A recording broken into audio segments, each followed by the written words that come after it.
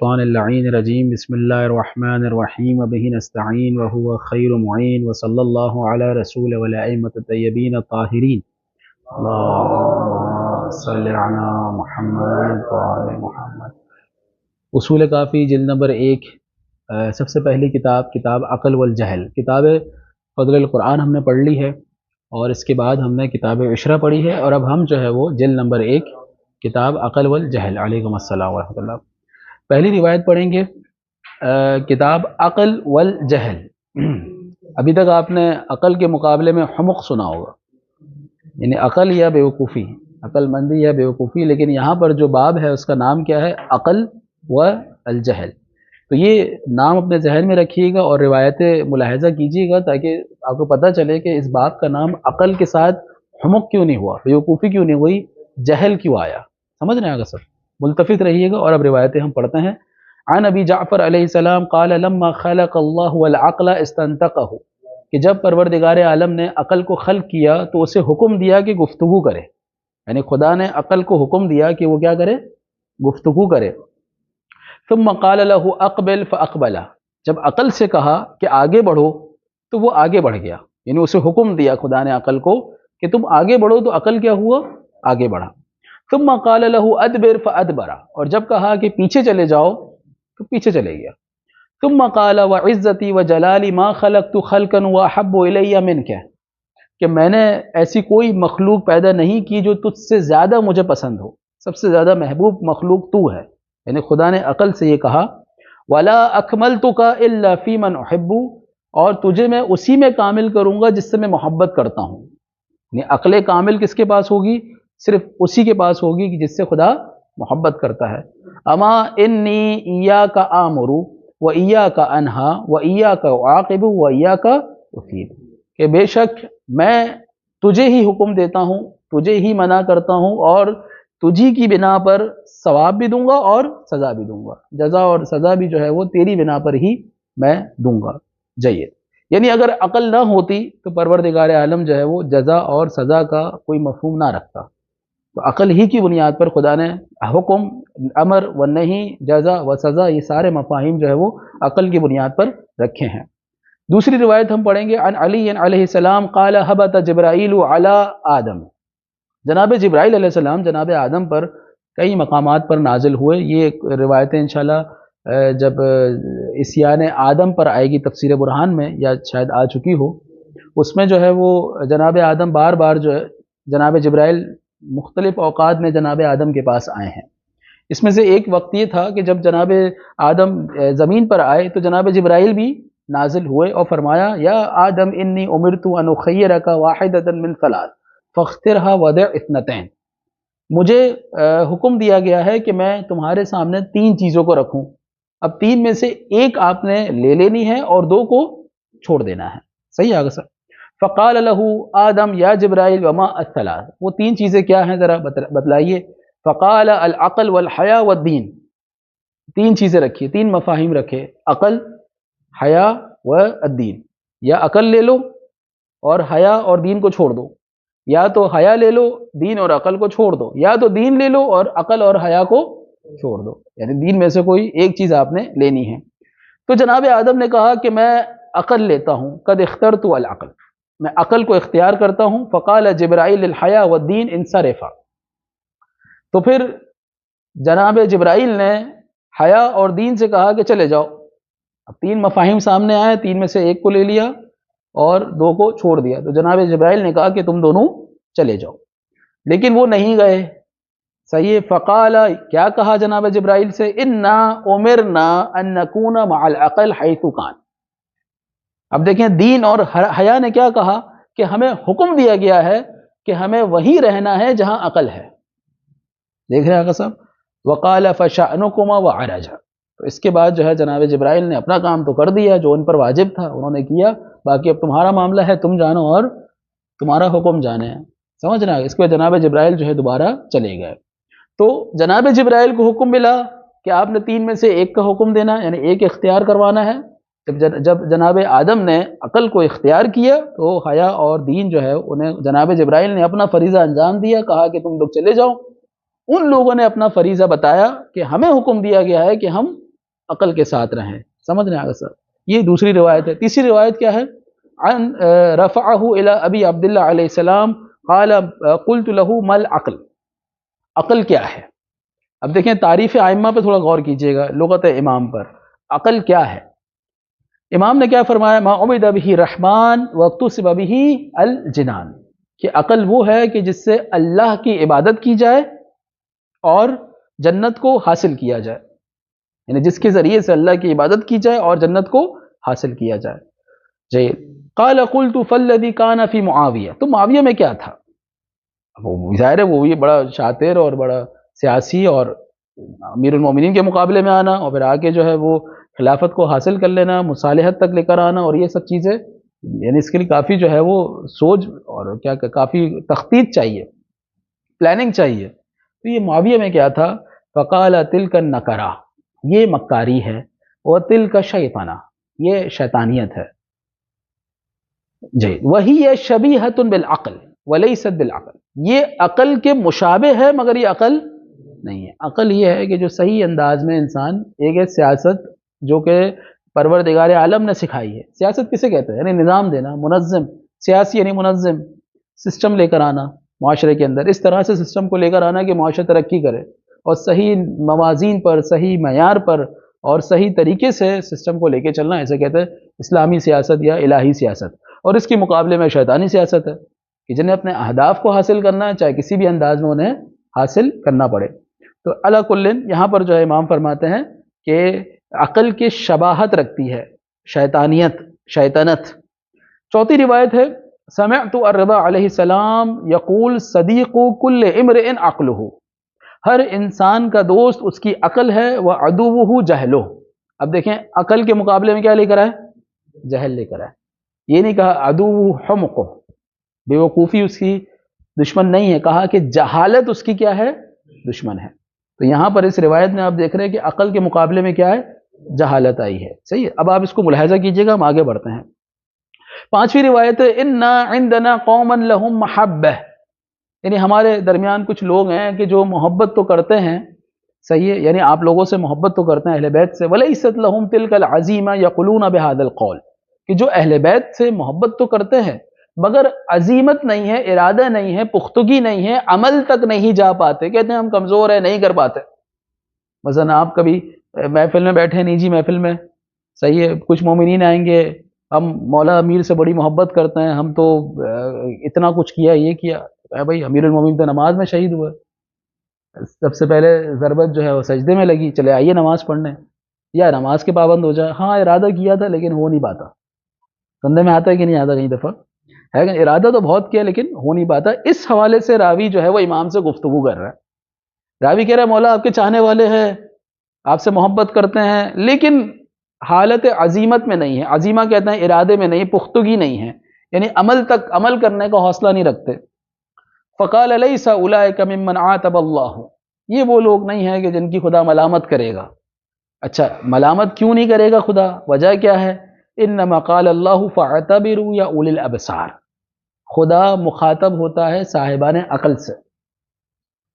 اب امام یہاں بتلانا چاہ رہے ہیں کہ اگر یہ اپنی عقل کو استعمال کرتے تو ان کی عقل یہ بتاتی کہ محبت کا تقاضا یہ ہے کہ عمل کیا جائے.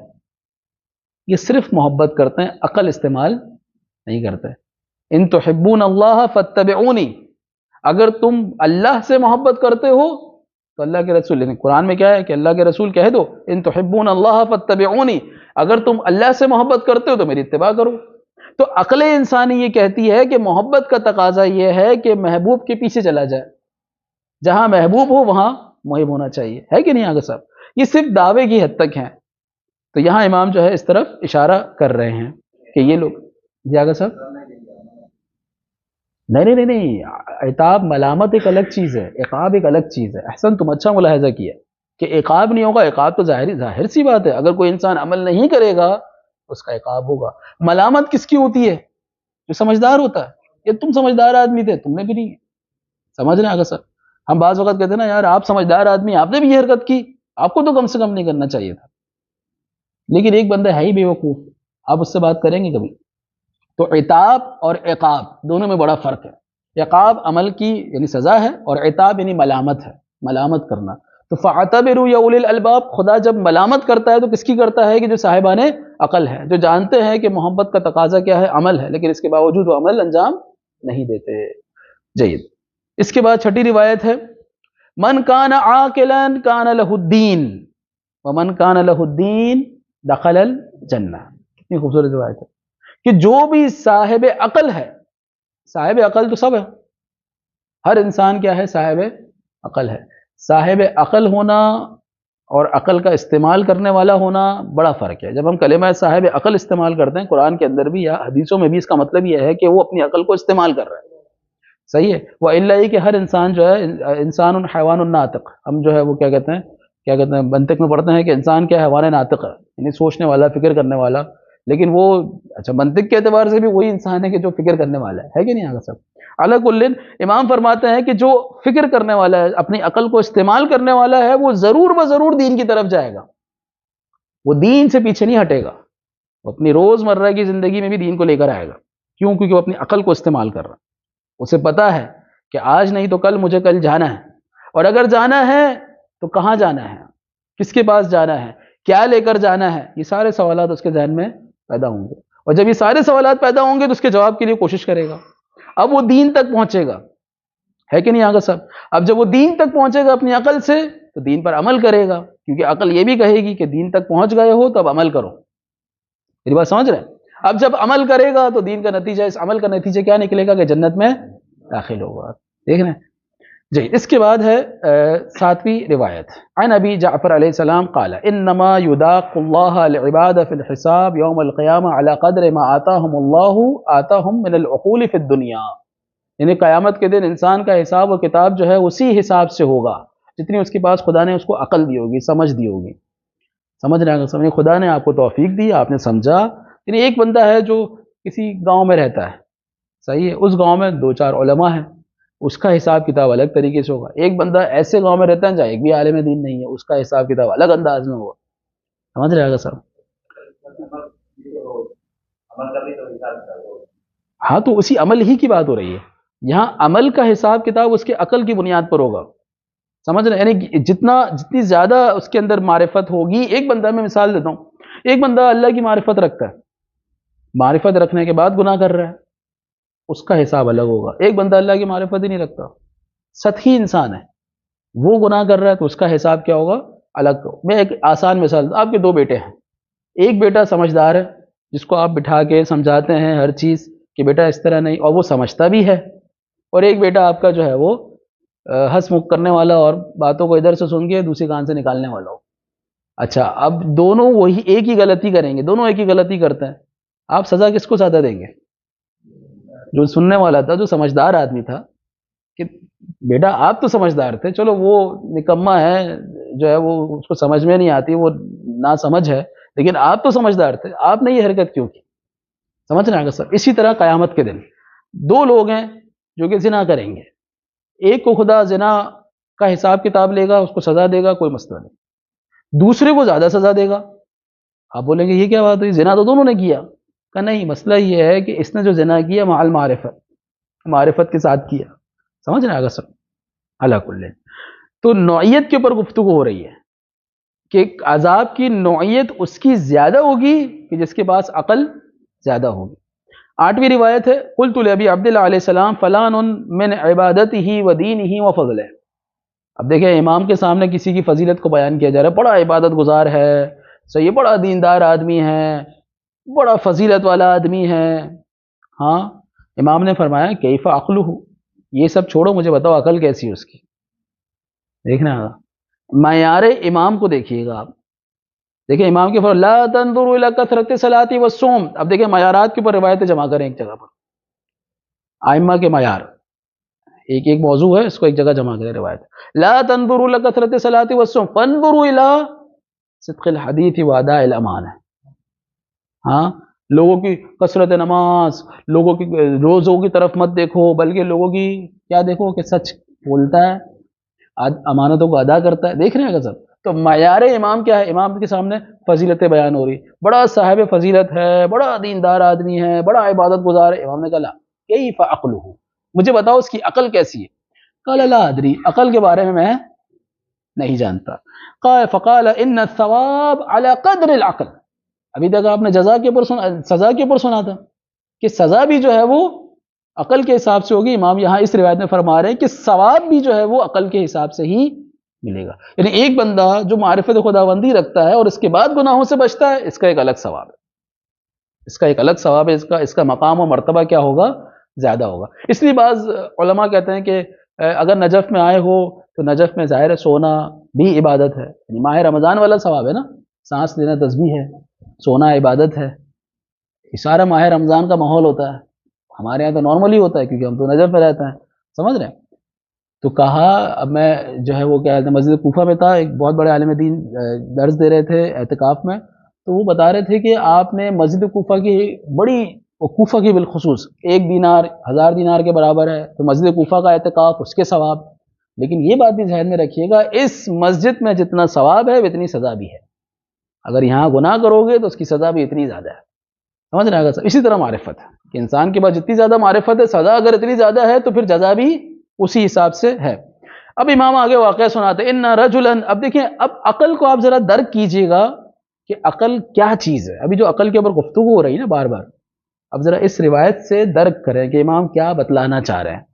ان رجلا من بنی اسرائیل کان یعبد اللہ فی جزیرۃ من جزائر البحر، ایک جزیرے پر، جزیرہ کہاں ہوتا ہے؟ سمندر کے اندر چھوٹے چھوٹے جزیرے ہوتے ہیں، تو اس جزیرے میں ایک عبادت گزار رہتا تھا بنی اسرائیل کا، صحیح ہے، خضرا نضرا کثیر الشجرہ ظاہرۃ الماء، بڑا خوبصورت ہرا بھرا جنگلات بھی ہیں، خوبصورت جزیرہ ہے، اس میں کوئی عبادت کیے جا رہا ہے۔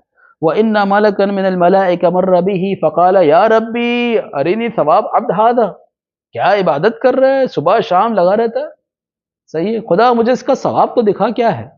اب جب خدا نے ثواب دکھایا، فرشتے نے کہا یہ کیا بات ہوئی، خدا پہاڑ نکلا چوہا، تو کچھ بھی نہیں ہے اس کا ثواب۔ فَاسْتَقَلَّهُ، فرشتے نے کہا یہ کیا بات ہوئی، تو بہت کم ہے ثواب اس کا۔ فَأَوْحَى اللَّهُ تَعَالَى إِلَيْهِ أَنْ أَصْحِبْهُ، اب دیکھیں صحبت اختیار کرو، تمہیں اشکال ہو رہا ہے میرے ثواب کے اوپر، جاؤ ذرا اس کی صحبت اختیار کرو۔ اب بات آ رہی ہے عقل کے اوپر، دیکھیے اگر بات ہو رہی ہے عقل کے اوپر، صحیح ہے۔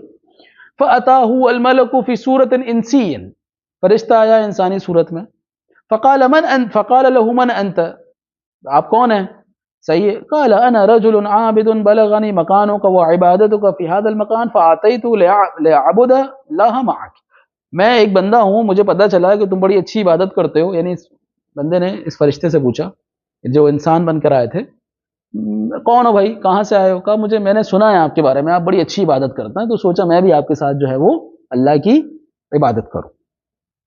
فَكَانَ مَعَهُ يَوْمَهُ ذَلِكَ، پورا دن تو بڑا اچھا گزرا، اور پہلا دن ہمیشہ اچھا گزرتا ہے کہ نہیں آگے صاحب۔ فَلَمَّا أَصْبَحَ قَالَ لَهُ الْمَلَكُ إِنَّ مَكَانَكَ لَنَزْحٌ، اب فرشتے نے کہا بھائی بڑی خوبصورت جگہ ہے، تو ہاں بندہ مطمئن ہو جاتا ہے، ہریالی ہے، اکیلا ہے، اور کیا چاہیے۔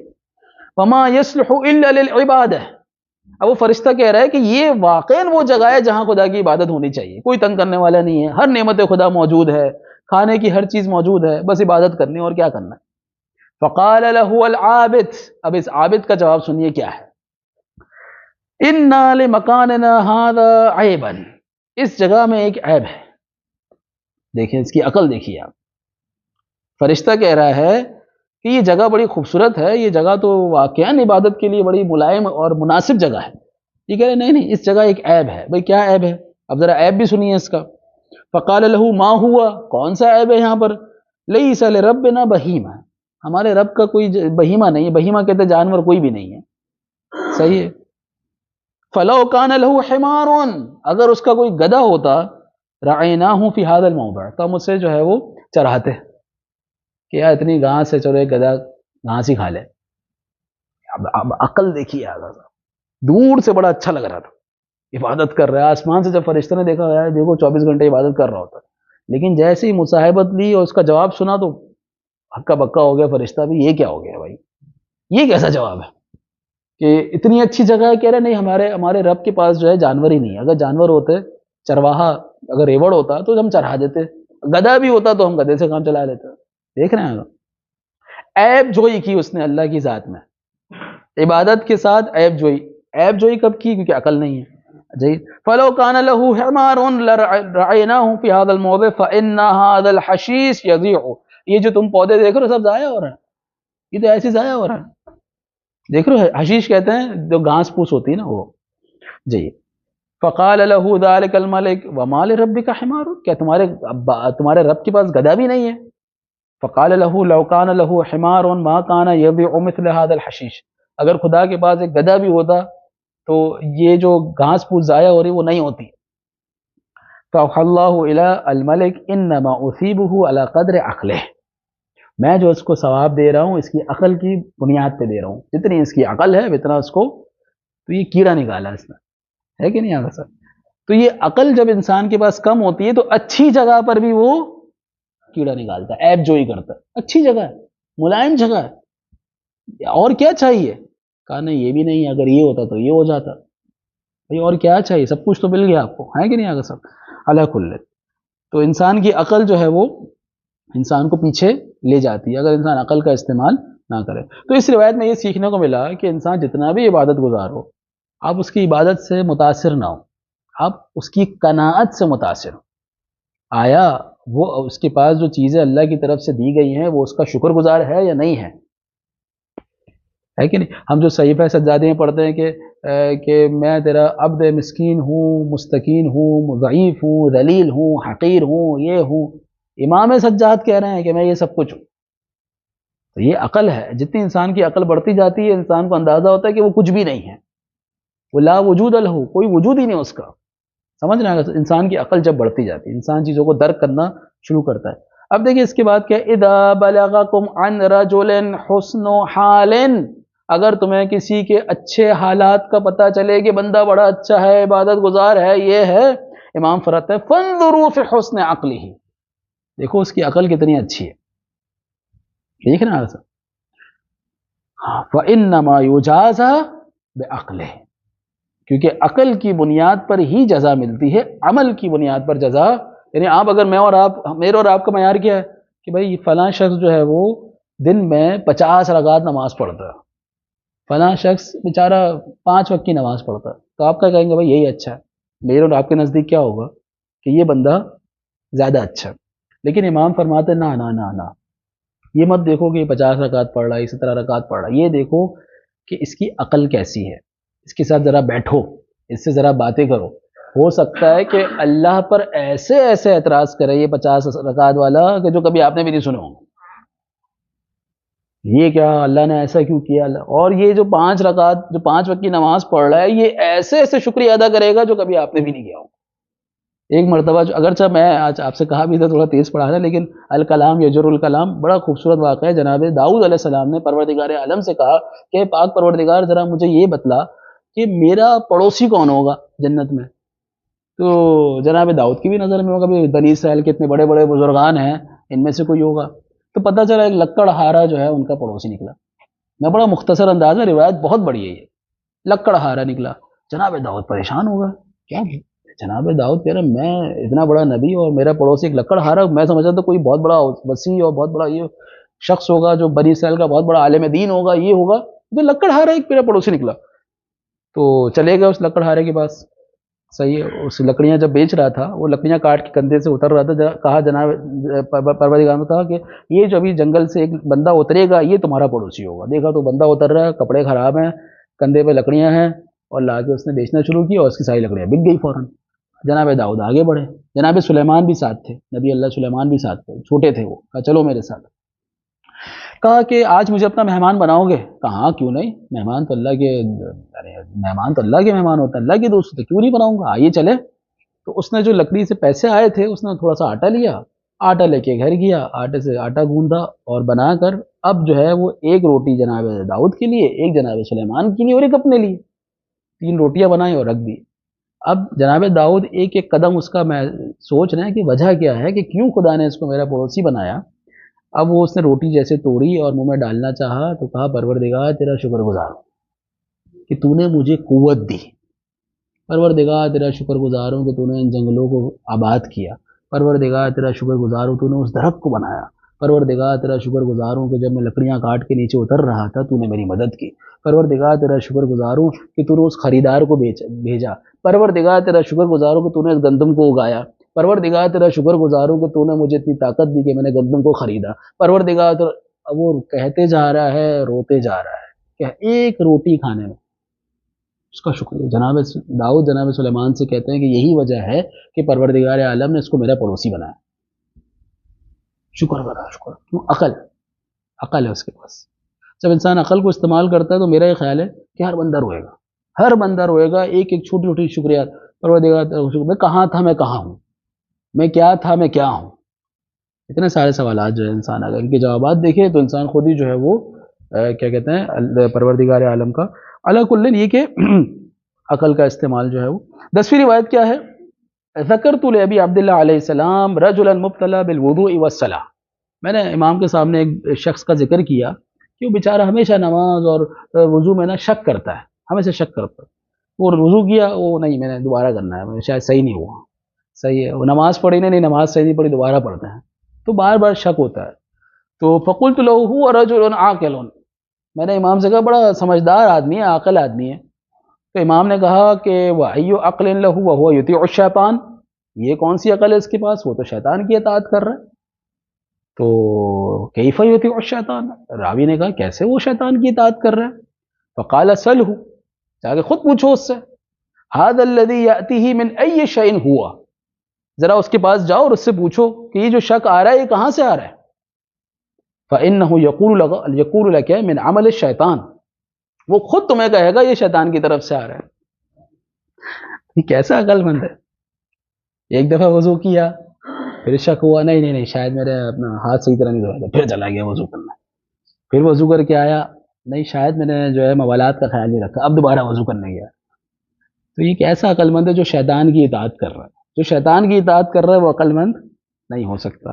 اس کے بعد 11ویں روایت ہے، قال رسول اللہ صلی اللہ علیہ وآلہ ما قسم اللہ للعباد شیئا افضل من العقل فنوم العاقل افضل من سحر الجاہل۔ اب دیکھیں عاقل کے مقابلے میں جاہل کو لے کر آیا، اب دیکھیں عاقل کے مقابلے میں کون آیا، یعنی یہ نہیں کہا کہ کیا کہتے ہیں بیوقوف، نہیں کہا کہ جاہل، سمجھ رہے ہیں کہ عاقل کا سونا جاہل کے جھاگنے سے بہتر ہے۔ یہ جب بھی کلمہ سحر الجاہل آئے تو اس سے مراد عبادت ہے، یعنی رات میں عبادت کرنا، نہ کہ صرف ایسے ہی جھاگنا، ایسی تو کسی کا بھی کوئی عمل مقارن نہیں ہوتا نا، عمل مقارن کب ہوگا کہ جب اس میں کوئی عنایت ہو، کوئی اضافہ ہو، تو اضافہ جو سحر الجاہل کا ہے وہ عبادت کے ساتھ ہے، نہ کہ ایسے ہی ہے۔ وَإِقَامَةُ الْعَاقِلِ أَفْضَلُ مِنْ شُخُوصِ الْجَاهِلِ، یعنی عاقل کا ایک جگہ ٹھہرے رہنا جاہل کے بھاگ دوڑ سے بہتر ہے۔ جاہل کبھی ادھر بھاگ رہا ہے کبھی ادھر بھاگ رہا ہے اپنے مقصد کے پیچھے، صحیح ہے نا، کیونکہ جاہل جتنا بھی بھاگے اپنے مقصد تک نہیں پہنچ پاتا، لیکن عاقل ایک جگہ بیٹھ کر بھی اپنے مقصد تک پہنچ جاتا ہے۔ جی وَلَا بَعَثَ اللَّهُ نَبِيًّا وَلَا رَسُولًا حَتَّى يَسْتَكْمِلَ الْعَقْلَ، پروردگار عالم نے ہر نبی اور ہر رسول کی عقل کو کامل کیا ہے۔ وَيَكُونُ عَقْلُهُ أَفْضَلَ مِنْ جَمِيعِ عُقُولِ أُمَّتِهِ، ہمارا تو عقیدہ یہی ہے بھائی کہ نبی کی عقل جو ہے وہ اپنی امت کی عقل سے کیا ہوتی ہے، کامل ہوتی ہے۔ امت کو بلے سمجھ میں آتا ہے کہ ایک خلیفہ ہونا چاہیے، امت کو سمجھ میں آ رہا ہے، وہ نبی کو نہیں سمجھ میں آ رہا۔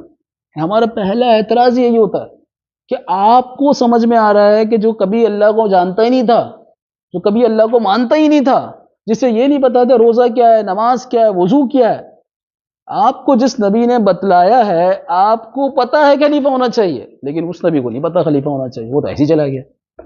حیران ہو جاتا ہے بندہ۔ ہمارا پہلا اعتراض یہیں پر ہی آتا، سمجھ رہے ہیں اگر سب؟ تو ہمارا عقیدہ تو یہ ہے کہ اگر آپ یہاں سوچتے ہیں تو نبی یہاں سوچتے ہیں، نبی کی سوچ بہت زیادہ بلند ہوتی ہے۔ اگر آپ کہتے ہیں کہ نہیں امت ٹوٹ جائے گی، خلیفہ بنانا بہت ضروری ہے، تو نبی تو اپنی زندگی میں 10 دفعہ جو ہے اعلان کر کے جائے گا۔ آپ نبی کے جانے کے بعد اعلان کریں گے، نبی اپنی زندگی میں 10 دفعہ اعلان کرے گا، بس مسئلہ یہ کہ اب آپ دیکھیں کہ نبی نے کہاں اعلان کیا، کیسا اعلان کیا، سمجھ رہے ہیں؟ اور اس اعلان کو قبول کریں۔ جی وما یضمر النبی فی نفسہ افضل من اجتہاد المجتہدین، نبی جو اپنے نفس میں چھپاتا ہے وہ ایک بہت زیادہ عبادت گزار کی عبادت سے بھی افضل ہے، نبی کا چھپانا اپنے اندر کچھ چیزوں کو۔ وما ادى العبد فرائض اللہ حتى عقل عنہ، کوئی بھی شخص اللہ کے فرائض کو، واجبات کو اس وقت تک ادا نہیں کر سکتا جب تک اسے سمجھ نہ لے۔ ایک ہوتا ہے سطحی طور پہ ادا کرنا، نماز پڑھنی نماز پڑھ لی، لیکن نماز کو سمجھ کے پڑھنا، تو یہ معراج ہے۔ مثلا بعض لوگوں نے سوال کیا، آگا الصلاۃ تنہی عن الفحشاء والمنکر، ہم تو نہیں دیکھ رہے کہ نماز جو ہے وہ فحشاء و منکر سے تو نہیں روک لی، تو ہم یہ کہتے ہیں الصلاۃ کاملۃ تنہی عن الفحشاء والمنکر، بس ایک کاملہ کا ترجمہ کر دیں آپ کہ مکمل نماز جو ہے وہ کیا کرتی ہے، فحشاء و منکر سے روک دیتی ہے، اگر نماز کامل ہو۔ اچھا یہی نماز اگر کامل ہو تو معراج ہے، انسان آسمانوں پہ پہنچ جاتا ہے، فرشتوں کے درمیان کھڑا ہو جاتا ہے، اس کے آنکھوں کے آگے سے پردے ہٹ جاتے ہیں، اور بہت ساری چیزیں ہیں، سمجھ رہے ہیں جتنی نماز جو ہے وہ کامل ہوتی جائے۔ علی کل یہاں پر امام فرما رہے ہیں کہ کوئی بندہ بھی اللہ کے واجبات کو اس وقت تک ادا نہیں کر سکتا جب تک اسے سمجھ نہ لے، اس کو محسوس نہ کر لے۔ ولا بلغ جميع العابدین فی فضل عبادتهم ما بلغ العاقل، سارے عابدوں کو ایک جگہ جمع کر لیں، صحیح ہے، ان کی عبادت ایک طرف اور ایک عاقل کی عبادت ایک طرف۔ اب ایک عابد کیا، سارے عابدوں کو جمع کر دیں، سمجھ رہے ہیں۔ والعقلاء هم اولو الالباب، اصل اولو الالباب کون ہیں، عقلاء ہیں، الذین قال اللہ تعالی ما یذکر الا اولو الالباب، صحیح۔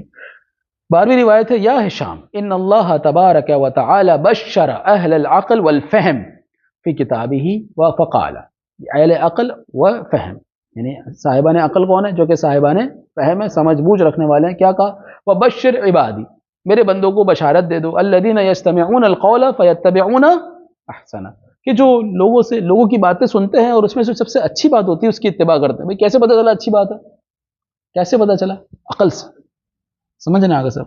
اولئک الذی ھداھم اللہ الی آخر، یا ہشام ان اللہ تبارک و تعالی اکمل للناس حجج بالعقول، خدا نے عقل کے ذریعے سے اپنی حجتوں کو تمام کر دیا، عقل کے ذریعے سے۔ وَنَصَرَ النَّبِيِّينَ بِالْبَيَانِ، اور نبیوں کو واضح تعلیمات دے کر، بیان دے کر نبیوں کی مدد کی خدا نے۔ وَدَلَّهُمْ عَلَى رُبُوبِيَّتِهِ بِالْأَدِلَّةِ، اور خدا نے اپنی ربوبیت کی طرف جو اشارہ کیا ہے، پروف کیا ہے، وہ دلیلوں کے ذریعے سے کیا ہے، سمجھ رہے ہیں۔ فَقَالَ وَإِلَٰهُكُمْ إِلَٰهٌ وَاحِدٌ لَا إِلَٰهَ إِلَّا هُوَ الرَّحْمَٰنُ الرحیم ان فی خلق السماوات والارض واختلاف اللیل، اب دیکھیں دلیل ہے، واختلاف اللیل والنہار والفلک التي تجری فی البحر بما ينفع الناس وما انزل اللہ من السماء من ماء فاحیا به الارض بعد موتها وبث فیہ من کل دابة وتصریف الریاح والسحاب المسخر بین السماء والارض لآیات لقوم، ربوبیت تک بھی وہی جائے گا جو ان تمام چیزوں پہ غور و فکر کرے گا، عقل کو چلائے گا۔ وہ اللہ یہ کہ ماں باپ کی طرف سے ربوبیت تو ہر کسی کو مل جاتی، میں ایک رب کو مانتا ہوں، کس نے کہا، کیونکہ میرے ابو نے کہا تھا، ان کو کس نے کہا، ان کے ابو نے کہا تھا، وہ پھر پیچھے پیچھے چلتے ہو۔ ایک ہوتا ہے کہ معرفت حمق، بیوقوفانہ معرفت، ایک ہوتا ہے معرفت العقل، عاقلانہ معرفت، سمجھ رہے ہیں کہ سب۔ اس کے بعد یا ہشام قد جعل اللہ ذلك دلیلا علی معرفته بان لهم مدبرا، خدا نے کیا دلیل بنایا کہ خود ان کے لیے کیا ہے، مدبر ہے، جو تدبیر کرنے والا ہے، کیا فقال سخر لكم اللیل والنہار والشمس والقمر، کہ جس نے مسخر کر دیا تمہارے لیے دن اور رات کو، سورج اور چاند کو، آج لوگ جو ہے چاند پہ پہنچ گئے ہیں، سورج میں جانے کی تیاری کر رہے ہیں، سمجھ رہے ہیں آگے سب۔ والنجوم مسخرات بامرہ، اسی کے حکم سے یہ سب کیا ہے، مسخر ہے، نجوم بھی۔ ان فی ذلک لآیات لقوم یعقلون، کسی اور کے لیے نہیں کہا، لقوم یؤمنون نہیں کہا، ایمان والوں کے لیے آیتیں ہیں، یہ نہیں کہا، لقوم یعقلون۔ اس میں جو نشانیاں ہیں، اس میں جو دلیلیں ہیں، اس میں جو گہرائیاں ہیں، اس میں جو عمق ہے، یہ صرف ان لوگوں کے لیے ہے جو اپنی عقلوں کو استعمال کرتے ہیں، کیونکہ خدا کو پتا ہے کہ اگر انسان عقل استعمال کرے گا تو ایمان تک چلا جائے گا۔ یہ نہیں کہا لقوم یؤمنون کہ ایمان والوں کے لیے اس میں کیا نشانیاں ہیں، ایمان تو آتا ہی عقل کے بعد ہے، سمجھ رہے ہیں نا سب، جید۔ اس کے بعد ہے هو الذی خلقکم من تراب ثم من نطفۃ ثم من الی آخرہ، یہ ساری آیتیں وہ ہیں کہ جس میں بار بار خدا نے کیا کہا، لعلکم تعقلون، لقوم یعقلون، لآیات لقوم یعقلون، یعنی جتنی بھی آیتیں آپ دیکھیں گے جس میں خدا اپنی نشانیوں کو بیان کر رہا ہے، اپنی تدبیر کو بیان کر رہا ہے کہ تمہارا کوئی مدبر ہے جو تم زندگی گزار رہے ہو، کوئی بغیر تدبیر کے نہیں گزار رہے، کوئی ایسا ہے کہ جو تمہاری مینجمنٹ کو سنبھالے ہوئے ہے، اگر یہ نہیں ہوتا تم لوگ زندہ نہیں رہ سکتے تھے۔ یہ کس کے لیے کہا، لقوم یعقلون، کہ جو اپنی عقل کو استعمال کرتے ہیں. یا ہشام ثم وعد اہل العقل ورغبہم فی الآخرہ، اس کے بعد پروردگار عالم اہل عقل سے مخاطب ہوا کہ جو اپنی عقل کو استعمال کرتے ہیں، اور انہیں آخرت کی ترغیب دلائی. کیا کہا؟ مل حیات الدنیا الا لعب ولہو، دنیا کی زندگی کیا ہے؟ کھیل کود. جسے ہم کھیل کود کی مثال کیوں دی؟ بہت ساری وجوہات ہوتی ہیں. ایک تو یہ کہ کھیل کود ختم ہو جاتا ہے، بہت جلدی ختم ہوتا ہے، آدھا گھنٹہ 1 گھنٹہ انسان کھیلتا ہے اور کیا ہوتا ہے، اور پھر اپنی نارمل روٹین لائف پہ چلا جاتا ہے. ایسا ہے کہ نہیں ہے؟ صحیح ہے. مثلا کرکٹ کھیل رہے ہیں تو بہت سے بہت 2 گھنٹے کھیلیں گے، 3 گھنٹے کھیلیں گے، ختم ہو گیا، اب دوبارہ اپنی روٹین لائف پر آپ آ گئے. اگر کوئی گیم کھیل رہے ہیں موبائل میں تو کیا آدھا گھنٹہ 1 گھنٹہ 2 گھنٹے، پھر کیا ہوگا، دوبارہ آپ روٹین لائف پر آ جائیں گے. تو اس کا مطلب یہ ہے کہ کھیل کود حقیقی زندگی نہیں، حقیقی زندگی اس کے بعد ہے. دیکھ رہے ہیں اگر سب کہ کیوں خدا نے لعب و لہو کہا ہے کہ نہیں. اچھا دوسرا کیا ہے، لہو لعب میں انسان جو ہے وہ اپنی نارملی اپنی ہوش و آواز میں نہیں رہتا، وہ جیتنے کی طرف ایک ریس میں پڑ جاتا ہے. صحیح ہے نا، وہ کسی کو پیچھے کرنا چاہتا ہے، مجھے آگے بڑھنا ہے، مجھے فرسٹ آنا ہے، سمجھ رہے ہیں، میں اس کھیل میں جیتوں گا. اب اس کے لیے کیا کرتا ہے، بعضوں کا تو غلط رستوں کو بھی اپناتا ہے. انسان کھیل میں یہ سارے کام کر رہا ہوتا ہے، تو کہتا ہے ہم کھیل ہی تو رہے ہیں. اب وہ فٹ بال کھیل رہے ہیں، ایک کو دھکا دے کے گرا دیا تاکہ گول لگ جائے. ارے یار کھیل ہی تو رہے ہیں، کون سا سیریس ہے. انسان زندگی میں بھی اسی طرح کرتا ہے کہ کبھی آگے بڑھ رہا ہوتا تو خود تو آگے نہیں بڑھ پاتا. امریکن چال کیا ہوتی ہے، خود تو آگے نہیں بڑھتا، سب کو پیچھے کر دو تو اب آٹومیٹک آگے ہوگا. ہے کہ نہیں آگے سر؟ اس کی تجارت بند کر دو، آپ کی اکنامک تو آگے نہیں بڑھ رہی، آپ تو پیچھے ہٹ رہے ہیں، دن بر دن مائنس پہ ہوتے جا رہے ہیں. سب سے زیادہ مقروض بھی آپ ہیں، سب کچھ آپ ہیں، لیکن پھر بھی آپ سپر پاور ہیں. بھائی کیوں ہیں؟ کیونکہ سب کو کمزور کر دو، جو آگے بڑھ رہا ہو اس کو پیچھے کر دو، تو آٹومیٹک آپ کیا ہوں گے. تو یہ دنیا کی ریس بھی اسی طرح سے کھیل کی طرح ہے. وَلَلدَّارُ الْآخِرَةُ خَيْرٌ لِلَّذِينَ يَتَّقُونَ أَفَلَا تَعْقِلُونَ، کیا تم اب عقل نہیں رکھتے؟ دنیا کے پیچھے عقل ہوتے ہوئے دنیا کے پیچھے بھاگ رہے ہو، کیا ضرورت ہے عقل ہونے کے بعد دنیا کے پیچھے بھاگنے کی؟ اگر تم صاحبان عقل ہو تو اپنی عقل کو استعمال کرو، دیکھو کہ دنیا میں کچھ بھی نہیں ہے، دنیا ختم ہونے والی ہے. اب جو حقیقی زندگی اس دنیا کے بعد ہے اس کے لیے تیاری کرو، وہ زیادہ تمہارے لیے بہتر ہے. یا ہشام ثم خوف الذین لا یعقلون عقابہ، اب آپ دیکھیں کیا کہا امام نے کہ اب جو عقل نہیں رکھتے ہیں، جو عقل کو استعمال نہیں کرتے ہیں، انہیں خدا ڈرا رہا ہے اپنے عذاب سے. کیسے؟ ثم دمرنا الآخرین وَإِنَّكُمْ لَتَمُرُّونَ عَلَيْهِمْ مُصْبِحِينَ وَبِاللَّيْلِ أَفَلَا تَعْقِلُونَ إِنَّا مُنزِلُونَ عَلَى أَهْلِ هَذِهِ الْقَرْيَةِ رِجْزًا مِّنَ السَّمَاءِ بِمَا كَانُوا يَفْسُقُونَ وَلَقَدْ تَرَكْنَا مِنْهَا آيَةً بَيِّنَةً لِقَوْمٍ يَعْقِلُونَ. رِجْزًا مِّنَ السَّمَاءِ یعنی آسمان سے عذاب کو نازل کیا، کن کے لیے؟ بِمَا كَانُوا يَفْسُقُونَ، کہ جو فسق کرتے تھے. فسق کیوں کرتے تھے؟ کیونکہ عقل استعمال نہیں کرتا تھا. سمجھ رہے ہیں اگر سب؟ تو گناہ کا ایک سب سے بڑا سبب کیا ہے کہ انسان جو ہے اپنی عقل کو استعمال نہیں کرتا. ان العقل مع العلم، عقل کس کے ساتھ ہے؟ علم کے ساتھ ہے. وتلك الامثال نضربها للناس وما يعقلها الا العالمون. علماء کی بات آ گئی. ابھی تک کس کی بات تھی؟ عاقلوں کی بات ہو رہی تھی، جو صاحبان عقل تھے. اب معاملہ اور زیادہ جو ہے وہ مضیق ہو گیا، دائرہ تھوڑا سا اور چھوٹا ہو گیا. پہلے دائرہ عقلوں کا تھا، اب کہا نہیں علماء، کیونکہ عقل وہی ہے جہاں پر علم ہے، جہاں علم نہیں ہے وہاں عقل بھی. تو عقل کو میں ایک مثال ایسے دیتا ہوں کہ عقل اگر ایک گاڑی ہے تو علم اس کا ایندھن ہے. اگر ایندھن ہی نہیں ہے تو آپ گاڑی چلا نہیں سکتا. اور جتنا زیادہ، ایک اور اچھی مثال جو میرے ذہن میں نارملی آتی ہے عقل کے لیے، کہ آپ اس کو ایک کمپیوٹر کی مانند رکھیں. ایک بہت اعلیٰ سطح کا کمپیوٹر ہے، اب اس میں جتنے سافٹ ویئرس آپ ڈالیں گے اتنا کمپیوٹر آپ جتنا اچھا استعمال کر سکیں گے. ایسا ہے کہ نہیں؟ اسی طرح عقل ہے، جتنا علم اس میں ڈالیں گے آپ اتنا زیادہ آپ اس عقل کو زیادہ استعمال کر پائیں گے. سمجھ رہے ہیں اگر سب؟ یا ہشام ثم ذم الذین لا یعقلون، اس کے بعد خدا نے مذمت کی کن لوگوں کی جو عقل نہیں استعمال کرتے، عقل نہیں رکھتے. وَإِذَا قِيلَ لَهُمِ اتَّبِعُوا مَا أَنزَلَ اللَّهُ قَالُوا بَلْ نَتَّبِعُ مَا أَلْفَيْنَا عَلَيْهِ آبَاءَنَا، ہم تو اسی کی اتباع کریں گے جو جس پہ ہم نے اپنے آبا و اجداد کو پایا. صحیح ہے. اولو کان آباؤہم لا یعقلون شیئا ولا یہتدون، اگرچہ ان کے ماں باپ جو ہے وہ آبا و اجداد کبھی عقل ہی نہیں رکھتے تھے، تب بھی وہ ان کی اتباع کریں گے، آنکھیں بند کر کے اتباع کر رہے ہیں اپنی عقل کو استعمال. تو ان کی مذمت ہو رہی ہے یہاں پر. جی. وقال مثل الذين كفروا كمثل الذي ينعق بما لا يسمع الا دعاء ونداء صم بکمن عمیون فہم لا یعقلون، ان کو خدا نے کیا کیا کہہ دیا دیکھیں، اندھا، کانا، ہاں، اور گنگا، سب کچھ کہہ دیا جو عقل استعمال نہیں کرتے۔ جی، اس کے بعد جو ہے وہ یہ ساری آیتیں آپ پڑھیں گے، وَتَنْسَوْنَ أَنفُسَكُمْ وَأَنْتُمْ تَتْلُونَ الْكِتَابَ أَفَلَا تَعْقِلُونَ، تم دوسروں کو تو نصیحت کرتے ہو مگر تم جو ہے اپنے آپ کو بھول جاتے ہو، ہاں، وَأَنْتُمْ تَتْلُونَ الْكِتَابَ، اور تم قرآن کی تم کتاب پڑھتے ہو، افلا تعقلون، کیا تم کتاب میں غور و فکر نہیں کرتے؟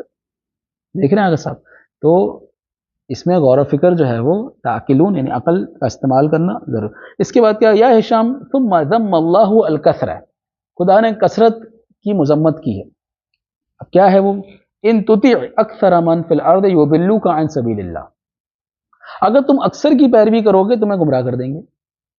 دیکھ رہے ہیں آگے صاحب، ہم کہتے ہیں اکثر لوگ کہاں ہیں، نہیں دیکھو، اکثر کوئی دلیل نہیں ہے، بلکہ خدا نے اکثر کی کیا کی ہے، مذمت کی۔ اگر ہم حق پر ہیں تمہاری تعداد کم کیوں ہے، کوئی مسئلہ نہیں، کوئی مسئلہ نہیں، بہت سارے لوگ ایسے ہیں تاریخ میں گزرا ہے کہ ہمیشہ صحیح مومنین کی تعداد ہمیشہ کیا ہے، کم من فئۃ ہاں قلیلۃ غلبت فئۃ کثیرہ۔ جی، وَلَئِن سَأَلْتَهُم مَّنْ خَلَقَ السَّمَاوَاتِ وَالْأَرْضَ لَيَقُولُنَّ اللَّهُ وَقُلِ الْحَمْدُ لِلَّهِ بَلْ أَكْثَرُهُمْ لا يعلمون، بلکہ اکثر وہ ہیں جو ایمان نہیں جانتے، لا يعلمون۔ جی، اس کے بعد کیا ہے، بل اکثرهم لا يعقلون، اکثر جو ہے وہ عقل نہیں رکھتے۔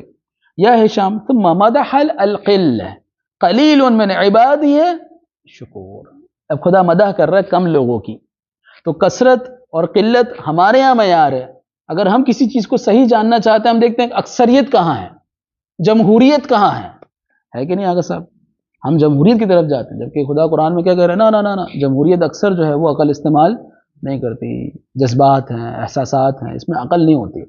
جید، وقلیل من عبادی الشکور وقلیل ما هم، وقال رجل مؤمن من آل فرعون یکتم ایمانہ، آل فرعون کوئی چھوٹا قبیلہ نہیں تھا، فرعون کا قبیلہ بڑا قبیلہ تھا، حکمران تھے وہ لوگ، صحیح ہے، کوئی چھوٹے موٹے لوگ نہیں تھے، 4 5 10 لوگ، نا بہت بڑا قبیلہ، ان میں سے ایک بندہ ایمان لے کر آیا، آل فرعون، مومن آل فرعون جیسے ہم کہتے ہیں، صحیح ہے، جو اپنے ایمان کو چھپایا ہوا تھا، اتقتلون رجلا ان یقول ربی اللہ، تم ایسے بندے کو قتل کر رہے ہو جو کہہ رہا ہے میرا اللہ میرا رب ہے، اس نے کیا غلط کہا ہے، اس کو قتل کر رہے ہو تم، دیکھیں نا آگے سے، وَأَكْثَرُهُمْ لَا يَعْقِلُونَ یا ہشام ثم ذکر اولی الالباب بأحسن ذکر انشاءاللہ یأتی غدا والحمد للہ رب العالمین۔